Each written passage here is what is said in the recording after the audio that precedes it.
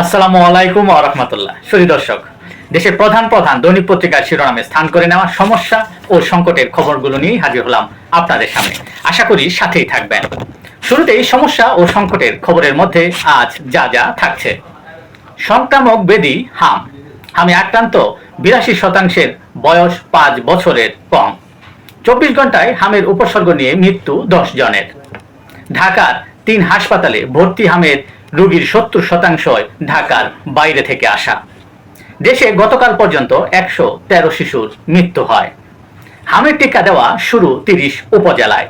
মোট মৃত্যুর ১৮% বরগুনার। টিকা কর্মসূচি আয়োজনে ঘাটতিও দেখা দেয় বলে বিভিন্ন তথ্য উপাত্ত প্রকাশিত হয় সংবাদ মাধ্যমে। অন্যদিকে জ্বালানি সমস্যা ও সংকটে বাড়ছে লোডশেডিং। বকেয়া আমদানি ব্যয় ও জ্বালানি ঘাটতির ত্রিমুখী চাপে বিদ্যুৎ খাত। ভাড়া বৃদ্ধি ও জ্বালানি সংকটে জাহাজের ভাড়া বেড়েছে ২০%। দোকান শপিং মল খোলা থাকবে সন্ধ্যা ৭টা পর্যন্ত। প্রধানমন্ত্রীর সঙ্গে মার্কিন রাষ্ট্রদূতের সাক্ষাৎ। বাণিজ্য, জ্বালানি নিরাপত্তা সহ দ্বিপাক্ষিক স্বার্থ সংশ্লিষ্ট বিষয় নিয়ে আলোচনা হয় সে সময়। আগামী দিনে পণ্যের দাম যে বাড়বে তাতে সন্দেহ নেই বলে মন্তব্য করেছেন অর্থমন্ত্রী আমির খসরু মাহমুদ চৌধুরী। জুলাই সনদ বাস্তবায়ন নিয়ে সংসদের ভেতরে এবং বাইরে সমস্যা ও সংকটের সৃষ্টি হয়েছে। জুলাই সনদ বাস্তবায়ন পদ্ধতি নিয়ে ঐকমত্য হয়নি সংসদে।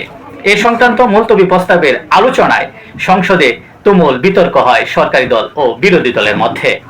সংবিধানে যুক্ত হবে জিয়া স্বাধীনতার ঘোষক ও উচ্চকক্ষ। আমরা কখনো সংবিধান ছুঁড়ে ফেলার কথা বলিনি, আমরা ফেসিবাদের দাফন চাই বলে মন্তব্য করেন বিরোধী দলীয় নেতা ডক্টর শফিকুর রহমান। কিছু রাজনৈতিক দল ধর্মকে হাতিয়ার হিসেবে ব্যবহার করতে চায় বলে মন্তব্য করেছেন বিএনপি মহাসচিব মির্জা ফখরুল ইসলাম আলমগীর। গণভোটের রায় না মানলে এই সরকার অবৈধ বলা শুরু করব বলে মন্তব্য করেছেন এনসিপির মুখপাত্র আসিফ মাহমুদ সজীব ভুইয়া। তিনি আরো বলেন, ২৪-এর অর্জন রক্ষা করা না গেলে ২৬ ও ২৭-এও ঘটনা ঘটতে পারে।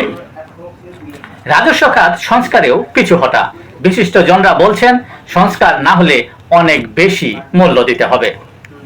দেশের প্রধান প্রধান জাতীয় দৈনিক পত্রিকার শিরোনামে স্থান করে নেওয়া আন্তর্জাতিক সমস্যা ও সংকটের খবরে আজ যা যা থাকছে। শুরুতেই মধ্যপ্রাচ্য সমস্যা ও সংকটের খবর তথা যুদ্ধের খবর। একদিকে চুক্তির আশা, অন্যদিকে ইরানে ভয়াবহ হামলার পরিকল্পনা যুক্তরাষ্ট্রের। হরমুজ প্রণালী খুলতে ট্রাম্পের আলটিমেটাম প্রত্যাখ্যান ইরানের। আজ শেষ হচ্ছে যুক্তরাষ্ট্রের দেওয়া আলটিমেটাম। আরো ২ মার্কিন বিমান ও ২ হেলিকপ্টার ভূপাতিতের দাবি ইরানের। মার্কিন যুদ্ধ বিমানের দ্বিতীয় ক্রু উদ্ধার।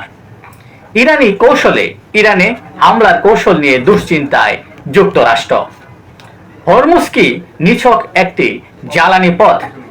এই যুদ্ধে সবচেয়ে বেশি আলোচিত হচ্ছে হরমুজ প্রণালী এবং এই নিয়েও যুক্তরাষ্ট্র এবং ইসরায়েলের মধ্যে হরমুজ প্রণালী দখলের তীব্র যে ইচ্ছা এবং তাদের যে ভয়াবহতম আক্রমণের কথা তারা বলছে তা নিয়ন্ত্রণের নেওয়ার জন্য, তাতেই বোঝা যাচ্ছে যে হরমুজ আসলে নিছক একটি জ্বালানি পথ নয়।